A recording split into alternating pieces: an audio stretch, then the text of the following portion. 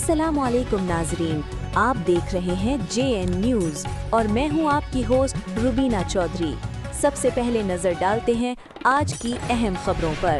Lucky Marwat JUI जिला lucky Marwat के अमीर शेख अल हदीस मौलाना मोहम्मद अनवर ने कहा कि हर साल दीनी मदारिस माशरे को उलमा, हिफाज, क़िरा और आलमात फराहम कर रहे हैं जो दीनी मदारिस का अजीम किरदार है। उन्होंने कहा कि मुल्क में बातिल क़ुव्वतें दीनी मदारिस और इनके उलमा के खात्मे के लिए मज़मूम कोशिशें कर रही हैं, लेकिन दीनी मदारिस के उलमा बिलखसूस JUI हर महाज पर इन साजिशों के खिलाफ सिलसिलाई हुई दीवार बनकर डट कर खड़े हैं। उन्होंने कहा कि जिस तरह दीनी इल्म हासिल करना मर्दों पर फ़र्ज है, इसी तरह औरतों पर भी फ़र्ज है। एक औरत भी इल्म के मैदान में वही मकाम हासिल कर सकती है जो मर्द हासिल करता है।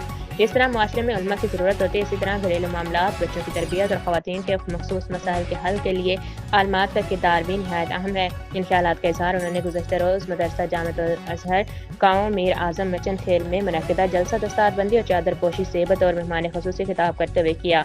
जलसे की सदारत मौलाना मकबूल रहमान और सरपरस्ती शेख अल हदीस मौलाना अब्दुल रहमान हक्कानी ने की। स्टेट सेक्रेटरी के फ़राइज़ मौलाना निज़ामुद्दीन ने सर अंजाम दिए। जलसे में शेख अल हदीस मौलाना मोहम्मद अनवर ने बुखारी शरीफ की आखिरी हदीस पढ़ी, जबकि जामिया उस्मानिया के उस्ताद अल हदीस मौलाना फरीद अहमद ने भी खिताब किया।